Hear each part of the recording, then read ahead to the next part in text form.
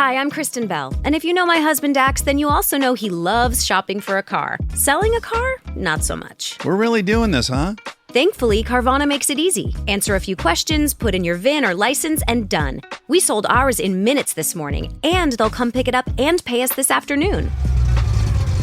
Bye-bye, truckie. Of course, we kept the favorite. Hello, other truckie. Sell your car with Carvana today. Terms and conditions apply.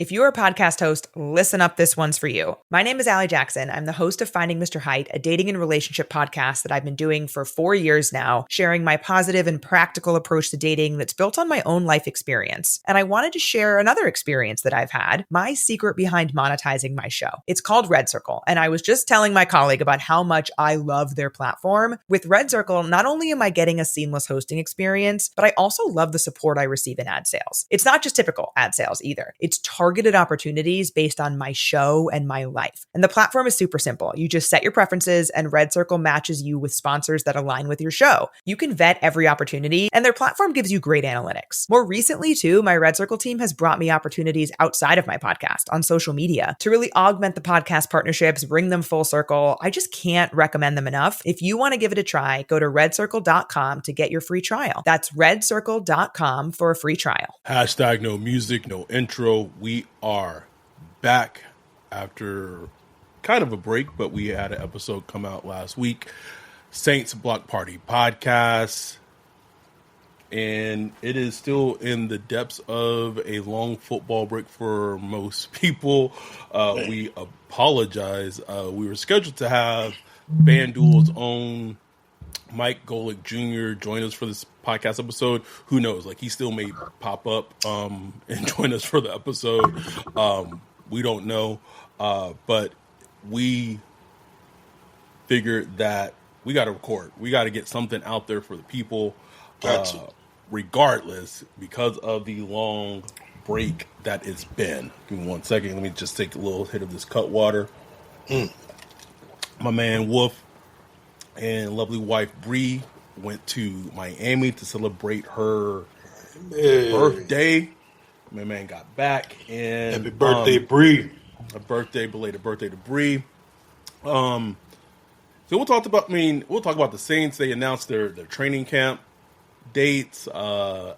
9 open dates to the fans in New Orleans, as expected. No dates open to the fans when they're in California. Nope. Had that one pegged. Someone said July is going to be a long month. I actually don't think it's going to be long at like July when training camp gets going. That's July. July. Have you not paid attention to this year? Like, this year is just gone. Like, tomorrow is July. Tomorrow is July. We are past the halfway point of the year. We're like, time is flying, bro. Flying. Like, somebody tweeted, I know you don't listen to them, but somebody tweeted today, like, that Drake and Future album came out in 2015. Like, 2015? What? 10 years ago? Like, what is happening? Like, that's like, my God. I consider that new music. Like, that's new stuff to me. Like, what the hell? I know, but the Saints camp seems to take forever. Yes, it takes forever to camp to get here, but once camp gets going, it's gone. It happens. It gets going. I gotta. Okay, so I know this is something that's on my radar, bro. Oh, It caused me to get upset.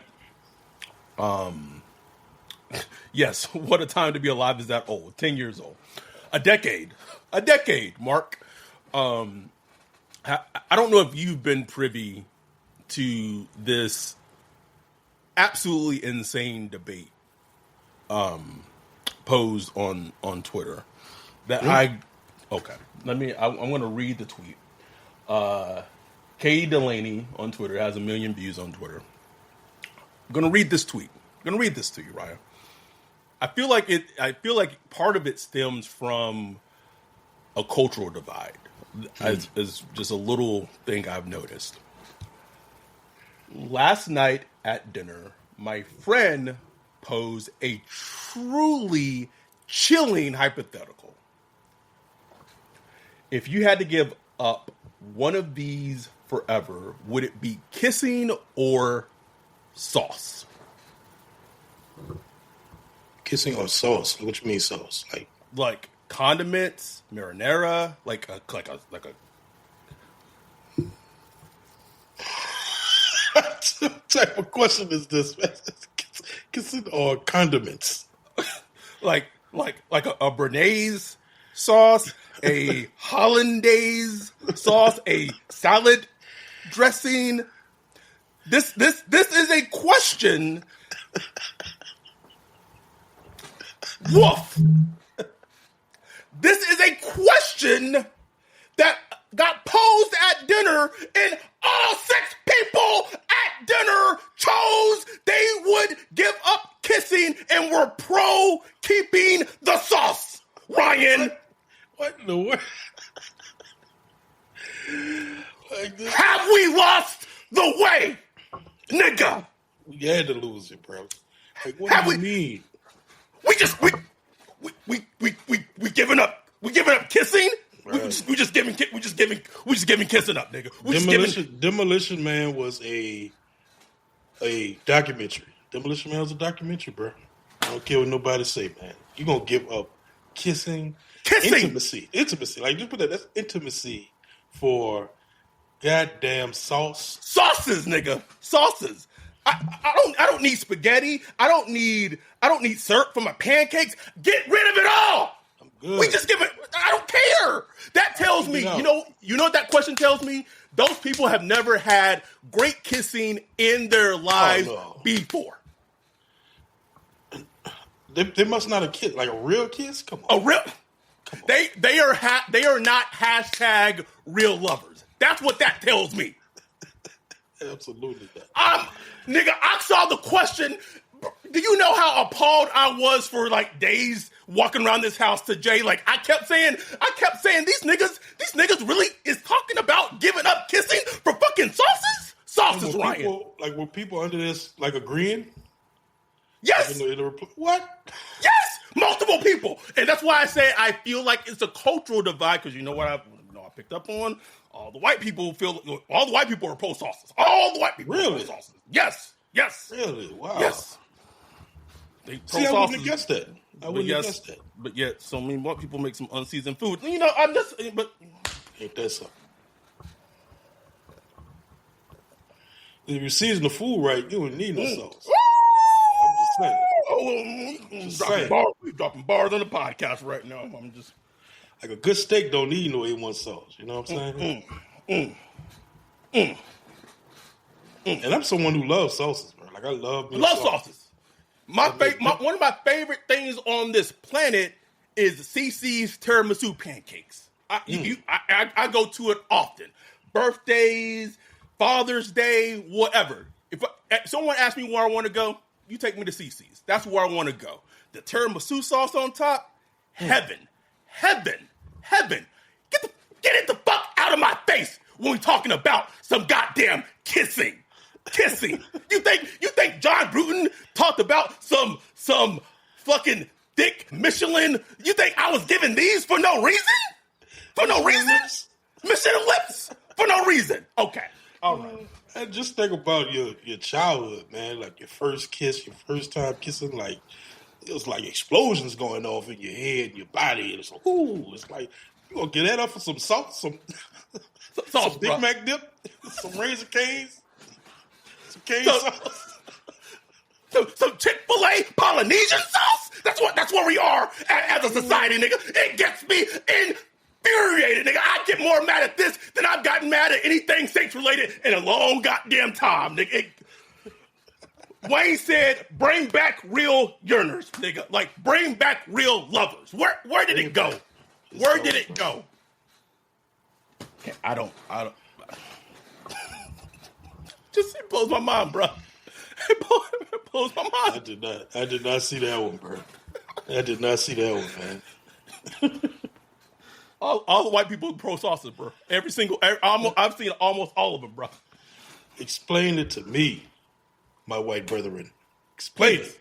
Please, let's even take the romantic kissing out of the equation. Do you know the feeling, like, as a, not everyone's a parent, but you know the feeling you get as a parent? My daughter, 15 years old, 3 weeks ago, an expression gave me a kiss on the cheek. A 15-year-old gave me a kiss on the cheek. Just make you feel just beautiful. We just gonna We're just gonna throw it away. I bet if you added a addendum to that question, if dog kisses were okay, let me. Oh, bro, they just be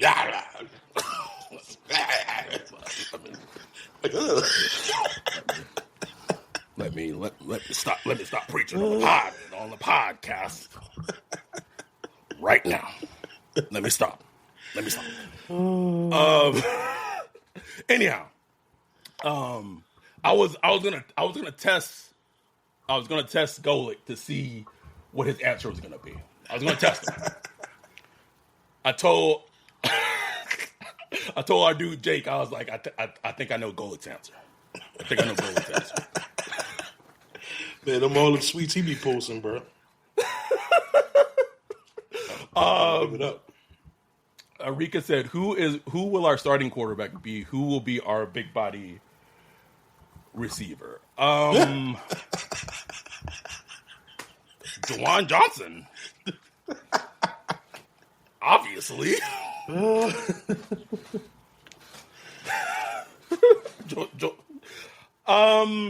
The starting quarterback one is interesting. We will talk about that ad nauseum until we get an answer. All right, let's. We don't have any plan for this podcast. I mean, I had a plan for like Golic to come on. I don't have a plan for it really right now. It's all that we could entertain it right now for training camp. Right now, starting quarterback. Who would you go with? I'm starting week one with Spence, bro. Starting week one with Spence. Is that who you would start with, or who you think the team's going to start with? Oh, well, that's a different question. I really don't have like a strong inkling. I really don't. Like my brain is telling me it's probably going to be Shook. But I just can't. I just can't put my finger. I just can't put my finger on it. It makes sense that it would be Shook. It makes logical sense that it would be Shook, just from a standpoint that we know Mickey Loomis wants to see him start. Yep. And he's Kelly Moore's handpicked guy, and it's like they need the answer. Like they need to find out. Like they need to find out ASAP if he's the guy or not. But at the same time, it's like. If Spencer is like putting it down all through training camp, it's like, doesn't it just make sense to see what you got there and let him get a shot? That doesn't mean you're closing the book on Shook. It just means, look, the better man won, this early round, right. And you just keep going. So I really don't know. I really can't say how it's going to play out, man. I really don't know. I find it fascinating that I think you could say maybe there's only really 3 true teams in the NFL that have actual quarterback competitions: the Saints, the Browns, and the Giants. Like, I'm trying to think, is there any other teams? I mean, that's really it. I don't really consider. I don't consider the Seahawks that's Sam Darnold's team. That's Sam Darnold's team. Like, that's it. Justin Fields, that's his team. That's his team. That's it, bro. And even the Browns is it's pretty much Flacco's team right now. You know what I'm saying? I'm sure somebody's gonna get in there at some point, but right now it's probably gonna be Flacco. I'm sure he has the edge or whatever. And the Giants, I mean, that can go either way. I mean, who knows how that's going to go, but you would figure it's going to be Russ, right, at the beginning, So, yeah, it's really the Saints is the only real, true cop. There's nobody that you could even, you really don't know. Like most people just figure Shuck's gonna start. Like most like national media, they're like, well, must be Shuck because most national media just view Rattler as like trash. It's like, oh, we saw Rattler last year, it didn't work, so he's like, that's not gonna happen. But Mark, that's a good one. Mark said maybe Indy, or is that DJ? No, now. Yeah, that's true. That's true. That's a good one. That's a good one, Mark. Yeah, I would say that one it's a true quarterback competition, but it seems like that one is for sure where the front office and maybe even the coaches is like it's handicapped for Daniel Jones. Handicap for sure. Like Andy Richardson had to come in and just be like, I'm not gonna say he fucked it up, but he already like he get hurting his shoulder and many it's like, bro, it's over. It's over, bro. Like your career not over, but I'm just saying, right, this little stint right here might be over. Because for him, he's missing time on task, and we talked about it ad nauseum with Anthony Richardson. Is like he's a raw quarterback, and he needs the reps, and he's missing time, and he's not getting the. It's like it's a vicious cycle with him. He's yet to play a full. He's played 15 games.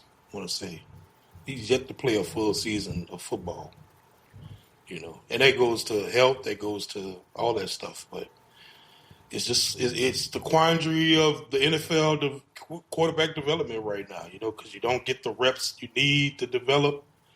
And at the same time, you got to win. Coaches need to win. Like, Shane Steichen, he like, shit, I got to win some games. I might get fired.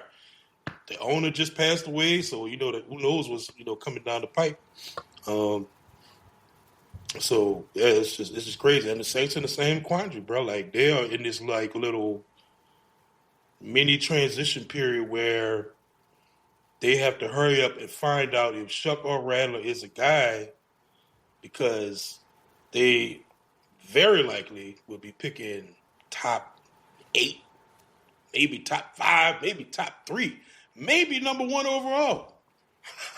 Like it's not, none of that is out the realm of the possibility. So they need to know if we found a guy or not, And that's just like Al Altberry and what's his name? Kind of was talking about is like, or was it Mina Kimes? I can't remember who I was listening to, but it was like that's kind of the quandary you get put in like with second round quarterbacks, like 9 first round quarterbacks. You just kind of because you're not mentally locked into like you get your quarterback in the first round. You're like, look, I'm gonna make this work. Like, 2-3 years, we're gonna find out.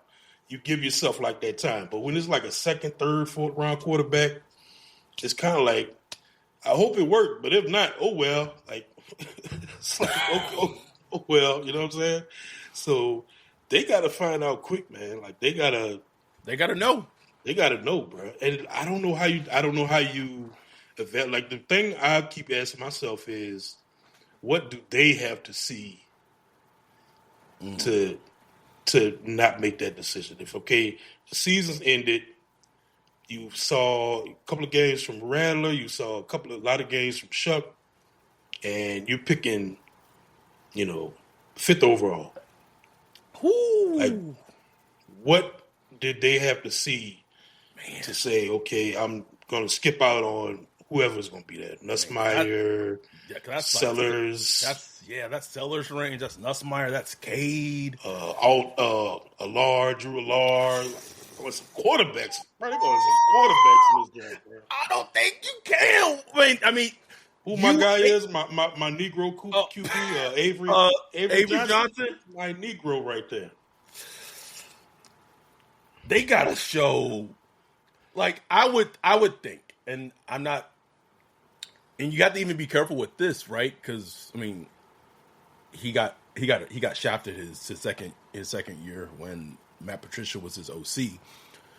I mean, you gotta maybe have a Mac Jones type of rookie season before like you would think so, right? Like it gotta be where it's like, okay, like if it's whoever it is, whether it's Shuck, whether it's Rattler, you gotta at least feel and see that if you're bypassing, like, man, because those names that you just listed out, if you pass in my quandaries and how I feel about Garrett Nussmeier aside, he's gonna be a top 5 pick. Like let's put that out there. He's gonna be a top 5 draft pick.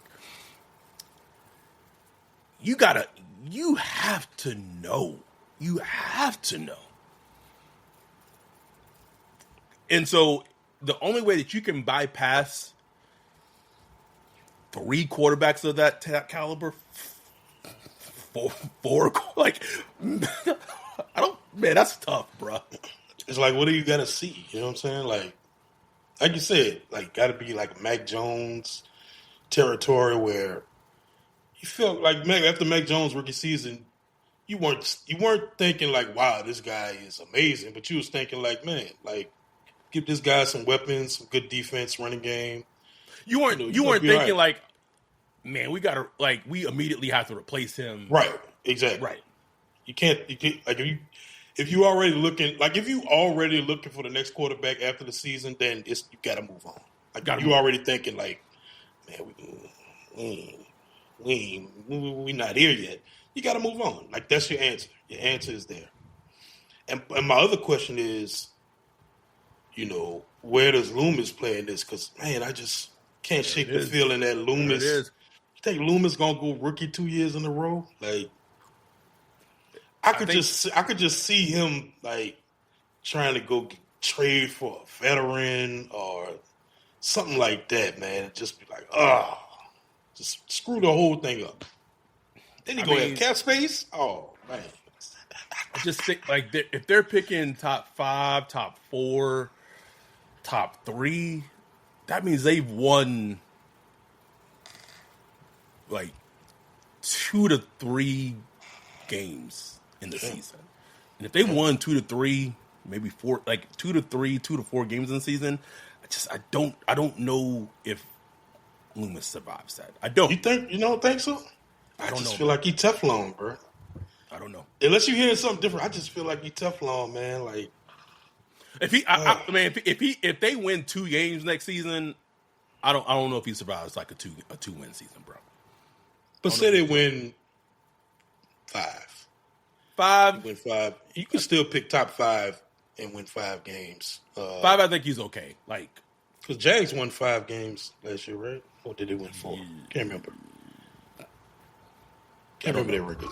Anyway, I know a bunch of teams only won 5 games. So I remember the Saints picking 9th. They won 5, and there's like 4 other teams won 5 games. But hell, bro. But say they win. Okay, say they're picking 6th overall. Okay, won 5 games. Picking 6th overall. So something that I think you have to look at it. I mean, it depends on who you're asking, because really it's a Gail Benson question. Like, you're not asking us, you're asking Gail. You're asking Gail Benson, right? Because that would be what, 3 seasons in a row that they've been picking top 10. Because just that Jalen Carter pick, they were picking top 10. Last year, they were picking top 10. So this is multiple times. Jalen Carter was a top 10. Where did Fuaga get picked? Picking top 10. They didn't pick top 10 for Fuaga. They picked 14th. Was it 14? Oh yeah, because they won 9 games. Huh? They won 9 games. They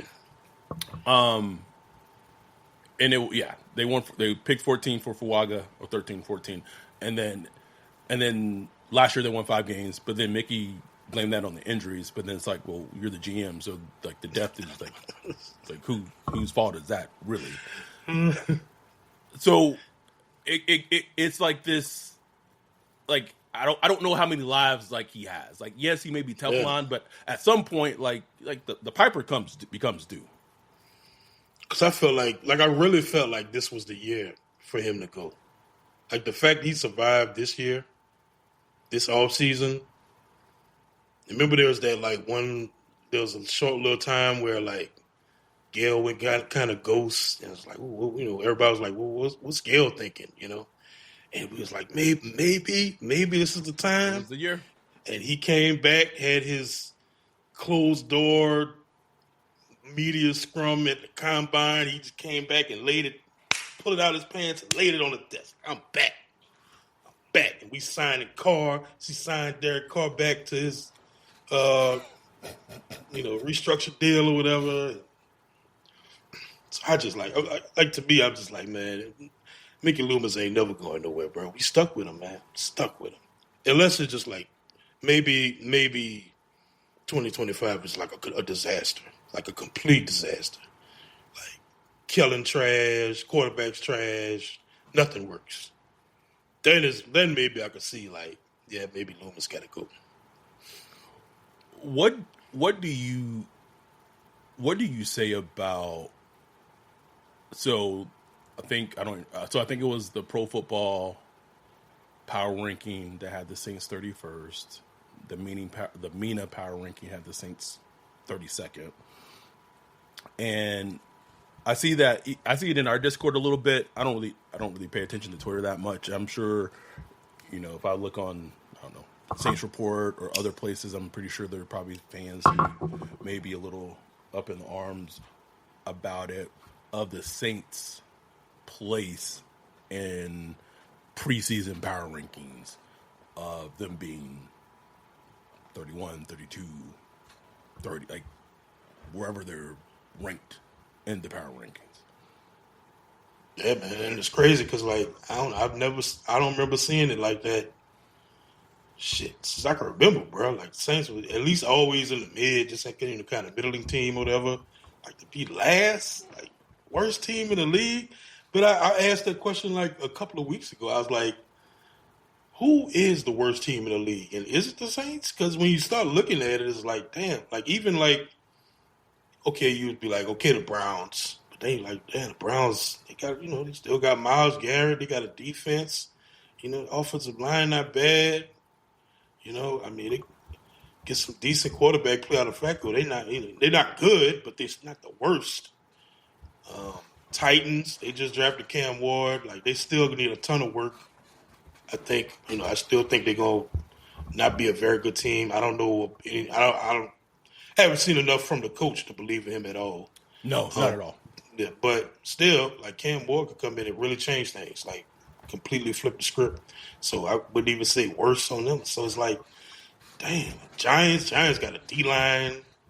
They got, some weapons. Like they get just some consistent quarterback play. They won't be the worst team. They might not be good, but they won't be the worst. You look at the Saints, it's just questions everywhere. Every single position group, there's questions about it. Every single one, bro. Only thing you can really point out is like maybe like O-line. It's always prefaces like with, and there's always healthy. prefaced. There's always prefaced like if healthy, potentially, and they do have potential. Like they might not be the worst team. They really might not. Like if the O-line is potentially as good as it can be, if the secondary plays better than we think it's going to play, if the run game is better than we thought, if Kellen Moore is like a good coach, good strategist, and stuff like that, it might not be the worst team in the NFL. You know what I'm saying? But like just on paper, if you just standing back analyzing every team and you looking at the Saints, it's like there's nothing to really be excited about. Nothing. Like, from a national standpoint. As a Saints fan, we gonna find something. Like to me, the quarterback battle is fascinating and all that stuff is exciting. But from a national standpoint, it's like Tyler Shuck. Who is Tyler Shuck? Spencer Rattler. This dude didn't win a game last year. Like Saints don't have a quarterback as far as like the national media is looking at it. You know what I'm saying? So I'm not surprised that they picked 31, 32 in the power rankings or whatever. Yeah, I mean, I'm not either, and it's one of those things where I think now the power rankings kind of match what my friend has been telling me. That the last couple of years has come to fruition. Like all the moves that, whether it's been a Mickey Loomis led move or it's a move that DA had wanted, like you're kind of now seeing like, okay, like this is what the ramifications of these moves have led to. It's like you just seeing them go like this, man. Just slowly just get ripped apart. I was saying the other day, bro, I was like, only a couple years ago, Saints had like a top five. Oh, you did? Yeah. He said internet went out in his house. They just moved in. Yeah, we just hop on. We've been. Okay. Fuck it, we'll do it live. Do it live. But I was just saying, like, a couple years ago, Saints had like top 5 or top 10 player at almost every position group. Yeah, Drew Brees at quarterback. You had Tyron Armstead, Ramczyk at O-line. Alvin Kamara, top 5 running back. Wide receiver, you had MT, arguably the best wide receiver in the league at the time, or at least top 3. Linebacker, Marshawn Lattimore, arguably the best cornerback in the league. Mario Davis, among the top 3 linebackers in the league. JR, I'm giving the Saints 8 wins. I think Rattler's going to ball out. Hey, 8? 8, bro. 8. Ooh. That means Rattler balls out. Out, nigga. Out. Oh, man. I love your optimism. I love it, bro. I love your optimism. It's hard. How can you see it, though? Like, out. How can you see 8 wins? I don't know, bro. And then, like, everybody got better, bro. Everybody got Falcons better. got better. Everybody got Panthers got better. Tampa Bay Bucks got better. I would say this, man. I would be more optimistic about maybe the outlook on this team, even just for this season, if they added more juice. If they had added more juice, I think I would definitely be a little more optimistic regarding this team. No question. And it just feels so thin. We got Olave, Shaheed, and Cooks, and that's it, bro. And like an agent AK, bro. That's it, bro. And we just gotta hope like nothing breaks. Nothing happens. This is literal live podcasting. We are live right now. FanDuel Zone, Mike Golic Jr. joining Saints Block Party Podcast. So we've been podcasting for like the last 30 minutes. Thanks for joining us. You're muted, by the way. God, real veteran move, showing up late and muted here. I'm sorry, fellas. What's going on? Man, look, it's the off season, baby. We good. You're good. Although, I have a test for you, like right off the jump. Right. So I went on this rant earlier. I don't know if you've seen this online. I just went on this rant to start the podcast. So this tweet, don't know if you saw it. Katie Delaney put out. Her friend poses to her. If you had to give up one thing, one of these two things, kissing forever or sauces. Like, so I'm meaning a condiment, Béarnaise sauce, A1 sauce, marinara sauce, salad dressing, all sauces. Like, you have to give up one or the other forever. Which one are you giving up? Oh, kissing's got to go. What'd I tell you? Jake, I was right. I mean, caught it. What are we talking about here? You just off rip without even like going into the deep research. Named about 5 different sauces I can't possibly live without. Game over. It's got to be a cultural divide, man. What is it? It's 100% a cultural divide. How can we give up kissing, man? I don't know, man. I like this could be a cultural thing. I just felt like it might be like a big back thing. Like, no, I feel like absolutely not a big back thing, Mike. We all 3 have big backs on this podcast. It is absolutely not a big back thing. You know what? You know what? Then I just have to accept maybe this does draw along cultural lines in a way that, hey, the heart wants what it wants. And heart wants sauce here. I want sauce, baby. I mean, listen, you know what? I respect it's not like you're forfeiting everything. Like, I don't know if you guys are anime guys, but like, there's a whole Dragon Ball Z episode where they tell Goku, like, what, you haven't kissed your wife in a while. He's like, why would we need to kiss? And he's got 4 kids. Like, it's not a ringing endorsement of the romance of the Dragon Ball universe, but it's just a reminder, other things are still possible, but man, it's sauce. Sauce. I can't get my head around it. It just I told my friend Jake before this podcast. I said I have a feeling I know how Golic is gonna answer the question. I just feel in my bones. I know he's gonna answer it. And you didn't let me down. I appreciate it. Let me down. Glad to bring the unrelenting caucasity. The Caucasus Mountains covered in sauce. So just getting back to that tweet, I don't know the breakdown of the tweet, but I would assume all 6 people at that dinner were all white and they all were pro sauce. Oh, I have very little doubt of the hit rate among my melanin deficient brothers and sisters. Mike, thank you for joining us. And just, I don't think an intro like that would ever be topped on any other podcast ever again.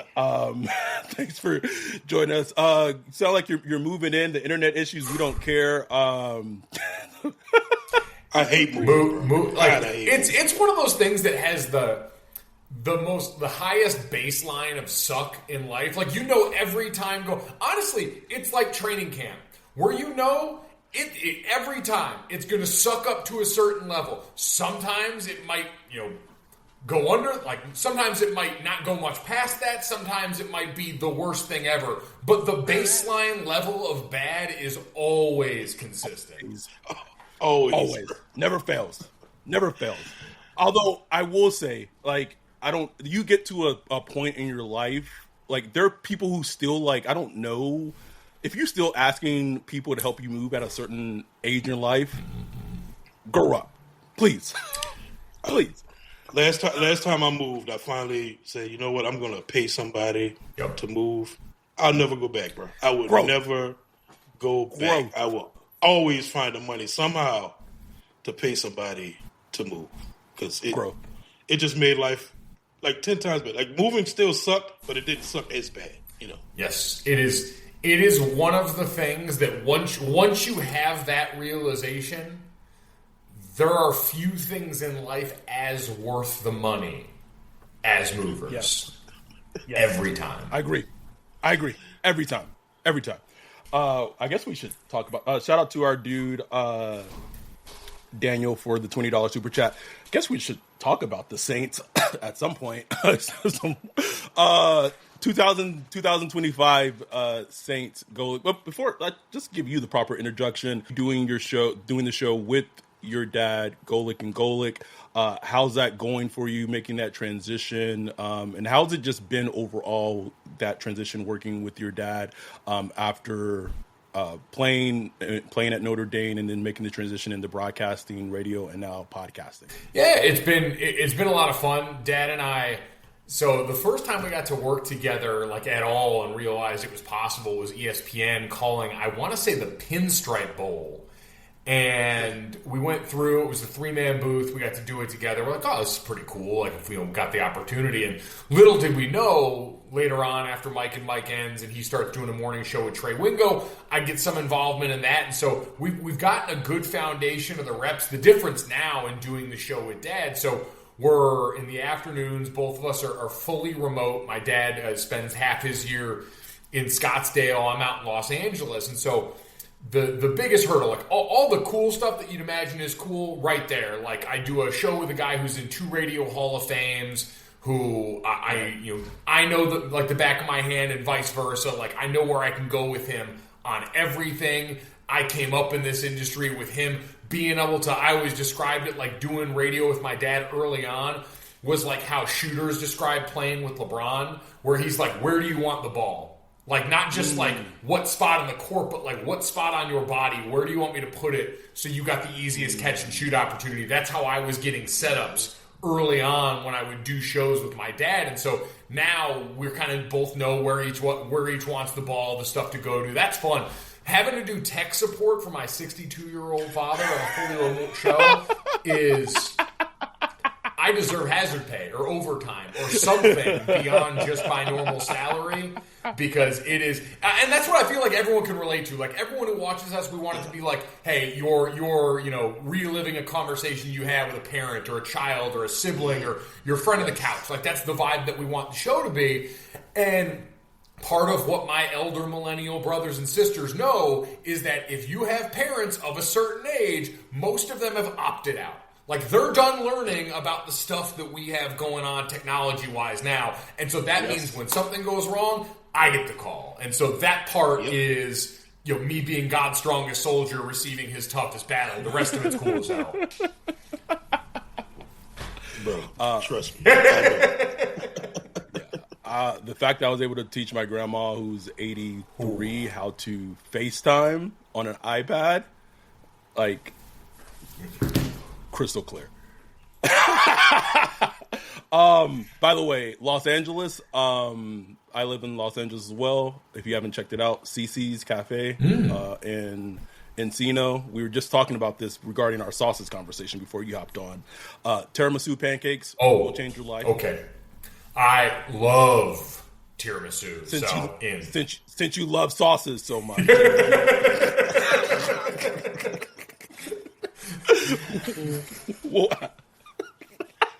will absolutely change your life. What literally, like, on my list of like best things I've ever eaten, and it's like for sure top 10 or like top 5 what best things I've ever eaten in my life. One of my favorite things I've ever eaten. So check that out.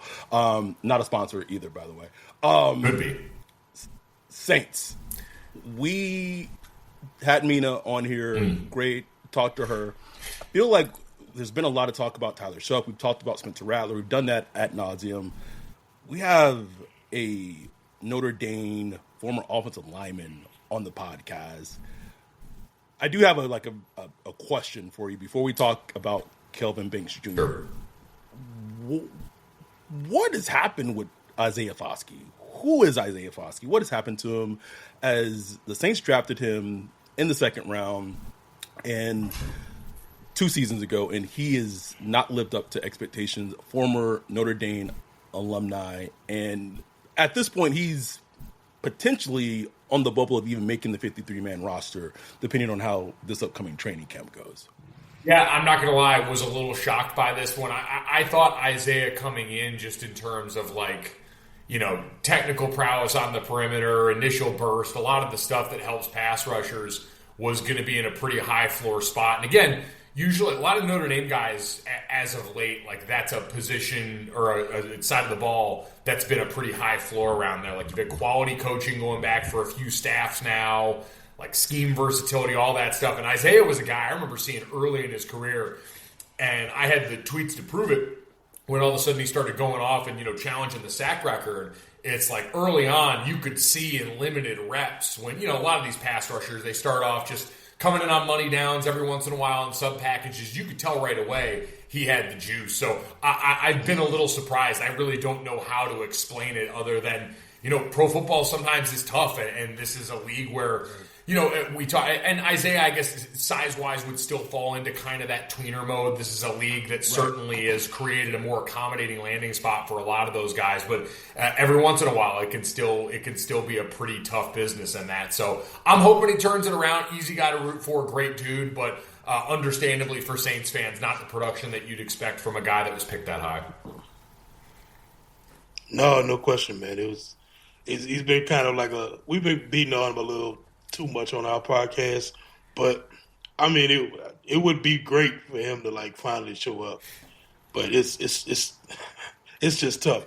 Let me ask you though, you did, when you came into, we got out of Notre Dame, I forgot about this. I forgot you had a little stint with the Saints, back in 14, 15. Yeah, I did. Somebody mentioned that on our Discord. I was like, damn, he sure did. Yeah, I had. What was that like? Well, the funniest part about that. So I'll say 1.5 off seasons because I was there in 2014. I always joke like when I first got to ESPN. Actually, they didn't have a headshot to use for my ID badge, so they went and pulled it off Google Images. It was a picture of me from Saints OTAs, and I always tell people I can point to a picture of when I was in the best shape of my life. Like everyone always says that in the offseason, like, oh, guys, in the best. I was legitimately in the summer of 2014 in the best shape of my life. I had gone to rookie camp with the Steelers before and then gone to training camp with them, playing offensive tackle for all of the offseason program and into training camp. I'd never played tackle in my life, not even high school. Wow. I was a center and a guard all the way through, and I got there and I was like, oh, shit, like this is next level. I am not an outside athlete. I am barely an athlete at all. I am an inside guy. And so finally in New Orleans, I come in and I'm playing center. I'm feeling great. And then they signed Jonathan Goodwin from San Francisco to come play center that offseason. And I got called in the elevator to come bring my – I'd just gone – they put you up at the Airport Marriott on Airline Drive when you're one of the young guys in camp. And I had walked there. The only two places you could go to eat. It was the Subway at the gas station or the IHOP a little further down the street. And I had gone to the Subway at the gas station. I had my Philly cheesesteak. I got in the elevator. I got to the top. I had a message from a number I didn't know in an area code from around there. And I knew that probably wasn't a good thing. So that one got cut short. I came back the next year, had a bad back, wasn't really worth a damn, was basically just can't beat at that point. But, got to see under the hood of, Sean Payton's operation, got to be around a bunch of really incredibly talented guys, Zach Strief, Jari Evans, Teron Armstead was still on the team at that point. Max Unger was over there. And getting to see the way those guys worked up close was really eye-opening. It was a really impressive group of guys to be around who all took the time to help give young guys game. Obviously, Drew Brees and Mark Ingram and so many of the guys of that era of Saints football that were guys I had grown up watching and were great in the locker room and overall a really solid experience. The funniest part was one day they put the last name on your helmet and the back of your jersey and all that when you're out there. Yep. And I'm jogging off the field with Teron Armstead one day, and he's like, Golic, you got the same name as that guy on TV? And I'm like, and Zach and the rest of them are like, Teron, you see the junior on there, like that's his son, like, right? And he had no idea. And this is like weeks into me being there, and like Teron had been super cool to me, all that stuff. He just had no idea, no care, and that was when I knew I really liked that guy. Still, keep in touch with him every now and then. Like obviously, just finished up an incredible career, so a ton of respect for all those guys. They were great dudes. Oh man, it feels like man, that was like what 10 years ago, dude. And I will never forget two things about seeing, especially Teron up close and personal, just because obviously coming out of Arkansas, Pine Bluff, the Combine 40 and all that stuff. Sometimes like the Combine stuff, you guys know, can be manufactured. We'd be doing the off-season program in the indoor at the Saints facility, and we'd be doing sprints at the end as like a position group. And Teron just taking off and like going 75% is 40 yards ahead of everyone else in the offensive line group, like effortlessly. I'd never seen anything like that. And then we did joint practice with the Patriots when Chandler Jones was there. Yeah. And watching those two guys in one-on-one, Teron's feet that was the most impressive thing. Teron had a lot of impressive parts around his game, but he just put his feet on dudes like I'd never seen anyone else do. And he locked Chandler Jones up every day that we were there. It was insane. So, wow. That was a dude. So, speaking of like this current day modern Saints, we both kind of feel like if this Saints team is going to be successful, it's going to be their O-line, right? In terms of they've invested so many first-round picks and high draft picks in their O-line. Like kind of saying earlier, they, Spencer Rattler and Tyler Shuck, they kind of get the buzz in terms of quarterback competition, but they drafted Kelvin Banks Jr. 9th overall. we talked about him a little bit when Mina was on the podcast. We've talked about him a little bit, but he feels like he goes under the radar, just as most offensive linemen do go under the radar when they're drafted, like just because it's just the nature of the position. But did you have any impressions of Banks Jr. As a prospect coming out of Texas? And he's going to play that left tackle spot. Fuaga goes back to right tackle. Penning goes to left guard. And hopefully it can be a strength for the Saints offense, for their offensive line going forward this season. Yeah, and I mean, getting the interior guys back healthy. Like, we all saw what the Saints looked like when the unit was healthy at the beginning of last year. Like, everyone talked about the speed, the downfield passing stuff. I was like, no, it's because your big guys are blocking their asses off up front right now. Yep. So, I think for Kelvin, my impressions of him were he's one of the most unique offensive line athletes I've ever watched coming out of college. Less of like a direct straight line speed thing and more just his ability. Like, you hear the old adage in O-line scouting is knee bender or waist bender. Like a guy who's athletic enough to drop his ass, get up under people, or a guy that's, a little bit more stiff and has to bend over at the waist to try and get low. His ability to like dip and mirror defenders who are trying to get up and under him on the perimeter, you just don't see stuff like. And that was freshman year, like that was out the box with him. He just walked out of the hospital with that kind of ability, and then had all that experience as a starter. 2020, this last fall, 2024 fall tape for him, a little underwhelming compared to the year prior stuff, I think. There were just times where he looked a little bit more lethargic. The feet didn't necessarily look like the guy I had come to see on tape. But at his best, he, in this draft class, which is full of great tackles, is one of the best combination of, like, edge athleticism, but also the ability to really dig in wide base and get guys off a point in the run game. Like, on his best day, there's very little he can't do. It is at times more inconsistent than I liked this last season, but he's a hell of a prospect, and getting a chance to talk to some of these guys at the Combine. Really impressive guy, was aware of the shortcomings that he had, dropping his outside foot, talked about stuff that he knew he needed to fix. And so the Texas guys are of that group. Sark's done a really good job with that program, talked to Jade Barron, and it's the same thing. You come away really impressed with the football IQ of all these guys and just how mature their approach is. And for Kelvin, that comes with also playing a ton of snaps in college, obviously dealing with some injury stuff this last year that was part of the reason for some production lapses. So overall, guy I was really high on, thought he was one of the better offensive linemen in this class, had tackle and guard flexibility, and glad he's getting the chance to start off at tackle. Yeah, man. We did like a film study on him a couple of weeks ago. Was able to get our hands on some of the all-22, and I don't normally watch like offensive linemen, like trying to break them down. But like watching him, I actually came away surprised how good he was in the run game, because I expected him to be just more of a pass protector. But in the run game, I was like, wow, he getting it in. Like once he got out there, he was getting to the second level and all that. I was like, okay, like Saints might have something here. And just it was so refreshing to see Kellen Moore come in and not do this play around thing where we're going to put you at guard today, then we're going to put you at left tackle, then we're going to put you at right tackle.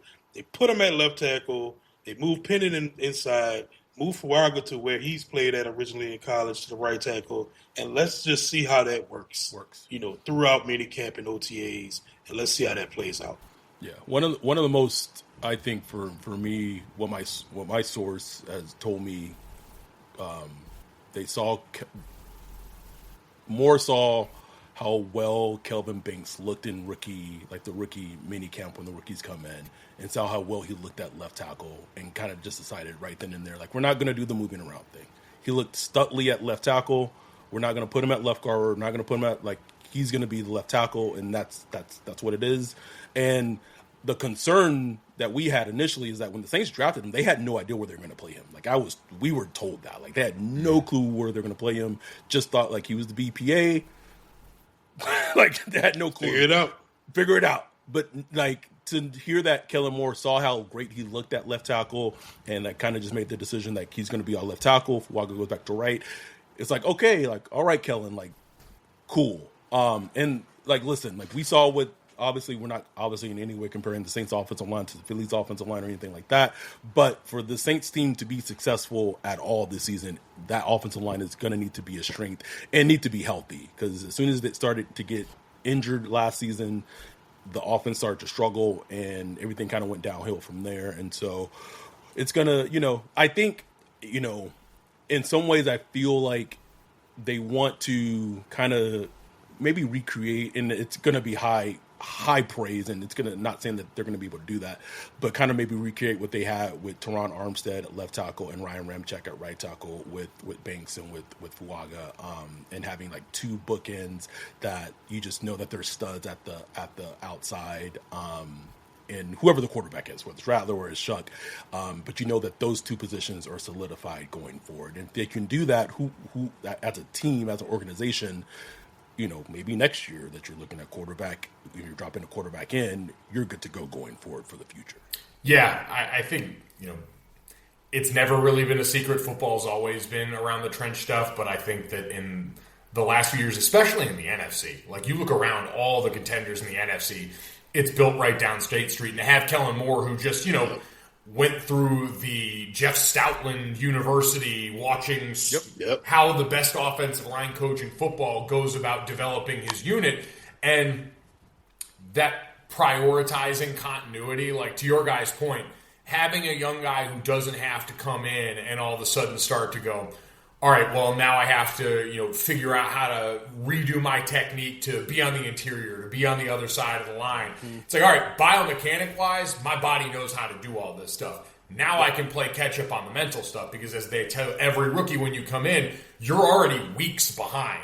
Like just this offseason, forget the gap in experience you have in general, but you're weeks behind on the offseason program. So while you make up ground on that, you're doing things your body knows how to do on both those bookends for the young guys that you need to step up, who can now focus on digesting Kellen's offense, making sure that they are in the right place and making the right calls and doing all those things that are made just a little bit simpler. And like it seems like a small thing, and it's pro football, but that's the margins. Like the margins are that small. It's the reason you come into camp and the first thing they do is teach you how to get off at the absolute echo of that go sound of the snap count, because you want every split second. It's why no one wears knee braces, because all these little things matter. And so, that's a big little thing to me, that you've got these guys ironed out in one place going through this entire process together. Yeah, another thing, Kellen's experience with the Eagles for that 1 year, he saw Mekhi Becton come in, a guy who struggled in the league for a couple of years, try to reacclimate his career. And he came in, played the inside, did really well. They won the Super Bowl. Now he went on to get paid. Forgot where he went. Went on to get paid. Chargers. Now, it's similar for Trevor Penning, another guy who struggled to find his spot, played left tackle, played right tackle. Now it's like one more shot, bro. Like, you didn't get your fifth-year option. They got you at left guard. Everybody's been screaming, like, just put him at guard, just put him at guard. Like, as if it is just like, oh, it's easy to just play left guard. Of course not. But everybody's hoping that this works out. I just don't know what to think. Like, from an offensive lineman perspective, how do you think that could possibly work out for Trevor Penning? Yeah, I mean, listen, there's no secret. Going down inside is, in so many ways, easier, especially in the NFL, dealing with the mutants that you have on the perimeter. And so having the chance, we know, like, the book on Trevor coming out wants to be extremely physical, at times to a fault. Like, he was a guy that did a lot of wrenching, did a lot of twisting, did a lot of the wrestling stuff, going back to when he popped at the Senior Bowl, that doesn't always translate, that can turn into a lot of penalties and some of the things that have been an issue. So that stuff is less so and a little muddier on the inside, where it gives you a chance to just tee off on guys, not have to worry about managing with big-time athletes in space. And so it's a good shot, and, you've got insulation on both sides now. Like, you've got guys, experience on the interior that you can lean on, over in the rest of the line. And, again, you'll have a rookie to your left, so there's obviously going to be some stuff. But that's also really valuable, right, to have a guy who's got some experience with the vantage point of that position be next to your young left tackle that you're trying to get up to speed. Now, understand it's a new offense for everyone and all that stuff, but there's a lot of reps that, even if they weren't great, are valuable knowledge that you can help draw on and have as that set of eyes for your young left tackle if that does go well. So there can be that kind of bonus effect of having a guy there to kind of insulate your young guy. Yeah, it's funny because I won't say he's the key to their offensive line because we don't like. At some point, like last season with Fuaga, like we stopped worrying about Fuaga just because how great he played as a rookie. Which like I still think how greatly he played as a rookie is kind of like how underrated of a left like he had as a rookie at left tackle.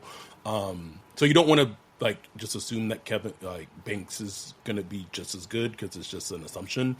But if Penning can have a good to decent season at left guard, like he can unlock a lot of physicality and just like bring some consistency to the left guard spot that the Saints haven't had in a while. Like Lucas Patrick started off the season last year really well, and then he just got injured and everything. Like there was not consistency with that. So we'll see how that he makes that transition. One thing we talked about this a little bit before you hopped on. A lot of power rankings have the Saints like 30, 31, 32. Which it's fair, right? That's just where they are. But I wanted to ask you, offensive line aside, like what is something from like an outsider perspective when you just see the Saints team? I feel like a lot of people, even us, including as the podcast, sometimes are, sometimes a little negative with the Saints. Like what excites you about this Saints team? I mean, there it is. There's the side. There's the Saints side. We talk about there's that side. Yeah. It's tough. Like you can go back and look at the beginning of last year though, and I think you can just see how much of that will translate over. It's a different coordinator. It's a different set of things. You've obviously potentially got either a rookie quarterback or a quarterback who last year in the limited snaps that we got to see of him had a lot of warts, although I was pretty higher than most on Spencer Rattler coming out of college just because of the circumstances he was operating in. But that being said, I would probably still say on their best day, I'm excited to watch the development of this offensive line. Like I know we've talked about it a lot already. You can look at the wide receiver room. There's some fun toys to play with there. But for the most part, I look and say, if they can get back to that unit up front being a strength, and they've drafted two of my favorite guys in the last couple of drafts. Like, Fuaga was one of my dudes in the prior draft. Like, just an absolute mauler, a technician, refrigerator doing his thing. And so all of that going on to go along with the rest of that group, to me, if you get them and this running game looking like themselves, and if Shuck's out there, like, he can be a non-negative in the running game. Like, he's not the most mobile, but he's mobile enough to help you out there every once in a while that I think that would probably be the point of interest. Besides that, sigh.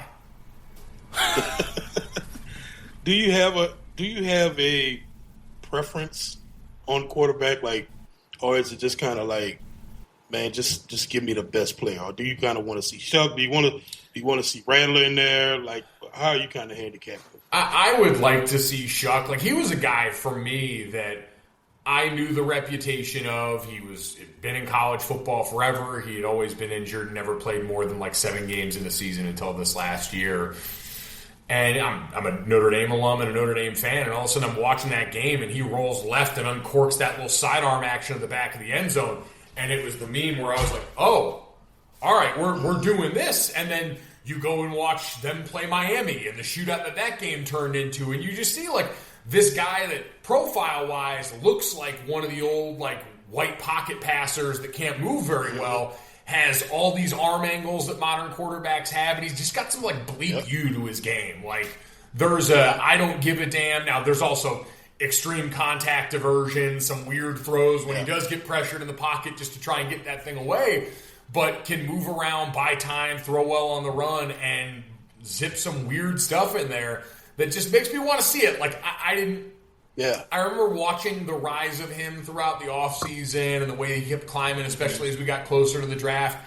And I wasn't as high on him as maybe some, but I was like, there's something there. And so to get to see it where, you've got a quarterback in Kellen Moore who I'm sure loves the parts of him that kind of remind him of himself type deal, to go and explore that would at least be fun. Yeah, definitely. And I say this about the Saints. We talked about this a little earlier. Like, they're like one of the only teams besides like the Colts, the Giants, the Browns. Like, there aren't a lot of true quarterback competitions for this upcoming training camp. Yeah. Like, they have a legitimate, actual, true quarterback competition. It's handicapped towards Chuck. Like, the GM wants him to start. Kellen Moore picked him out, but it's a true, actual quarterback competition. So I think that's like an actual, like, exciting thing to see how it plays out. But I did want to ask you this, non-football related. What is like the most big back activity that you partake in? I've seen the shorts, bro. So I don't know. A lot of people. I was gonna say, like, I sit in my car and I review snacks. Like, that's probably the fattest thing that I do on a routine basis. It's gotten to the point now where, like, I think I'm more known for that on my own social handles than I am any of the sports stuff now. Get in where you fit in, bro. On our Discord last night, we were up like midnight trying to run down the top 5 Little Debbie snacks of all time. Y'all fat motherfuckers. It's obviously a simple honey bun is the answer to the question. Stop. Mark was saying honey bun number 1. The nutty bar, though, man. You got to stop. Thank you. Put some respect on the nutty bar. The nutty bar. All right, hold on. I'm pulling up the Little Debbie website right now. Oh man, the seasonal cakes. Christ on a crutch. Those are nice. Oh no. Oh. You throw a honey bun in the microwave for 15 seconds. I give you that. A warmed up Little Debbie honey bun is elite. It's elite. I give you that. All right. Ooh. I tell you what, me and the Swiss cake rolls, we got history. We go back a ways. The biggest back activity that me and the Swiss rolls back as a kid, you know, it's got that chocolate coating on it. I used to very delicately go about biting that coating off, and then you unroll that thing and lay it out flat. You an OG. Yeah, that's right. Yeah. See, I didn't have time for I was going to take my time. Oh, the oatmeal pie. Oh, man. The oatmeal pie, bro? Like, that's the OCP. That's... Oh, I love me a good oatmeal pie. A1 from day one. Overrated for me, Cosmic Brownie. They're like good, but that one hasn't aged well. It's like, you know. Everybody was saying that in the Discord. I never had it. Did I miss this whole conversation last night? Yeah, man. It was like we were going deep into it, bro. My kind of party. Like, if you ever want to know, I'll send you the Discord invite if you want to talk. Yeah. Just gonna be me at 1 a.m. here. Who's hungry? Who's hungry? Come over. We get it in, bro. Mike, we don't want to take up too much of your time. Thank you for settling like two debates for us. We appreciate it. Yeah, everyone in the chat is saying the oatmeal pie. Mm-hmm. Although why is it named something completely obscene? Because it's not called the oatmeal pie. Oh no, yeah, it's exactly. It's like those old school Disney movies where there's always some like freaky stuff in the background, and you're like, someone back there in production knew what they were doing, like. Absolutely. Little subversion going on. That's all. Yeah, someone in the Little Debbie office took a hit of the Benjamin Franklin and was just like, you know what? No, I don't want to call this oatmeal pie. Let's call this an oatmeal cream pie. This is nasty time. What freak named this fucking snack? Someone's in the meeting like, Chuck, calm down. It's a family snack. For the love of God. How do you think this family got here? Exactly. Alexa, play Freaky Girl by Gucci Mane. Golic, Mike, we appreciate you coming on. Hopefully this will not be the only time. I feel like we have a lot of good conversations ahead of us going forward. It also seems like our listeners and fans definitely love Jay having on. This feels like this doesn't even have to be like a Saints conversation going forward. I know, right? We'll come in here and chat about life. It'll be great. Life. But for sure, tiramisu pancakes, CC's, yes. CICI. Go enjoy your sauce and no kissing, apparently. appreciate you coming on. Appreciate everyone for listening. We'll be back this upcoming week. Maybe we'll do our Rookie of the Week prospect breakdown this weekend. Potentially, we'll see. 4th of July. Maybe. Anyway, we appreciate y'all. We love y'all. With that, we are out. Peace.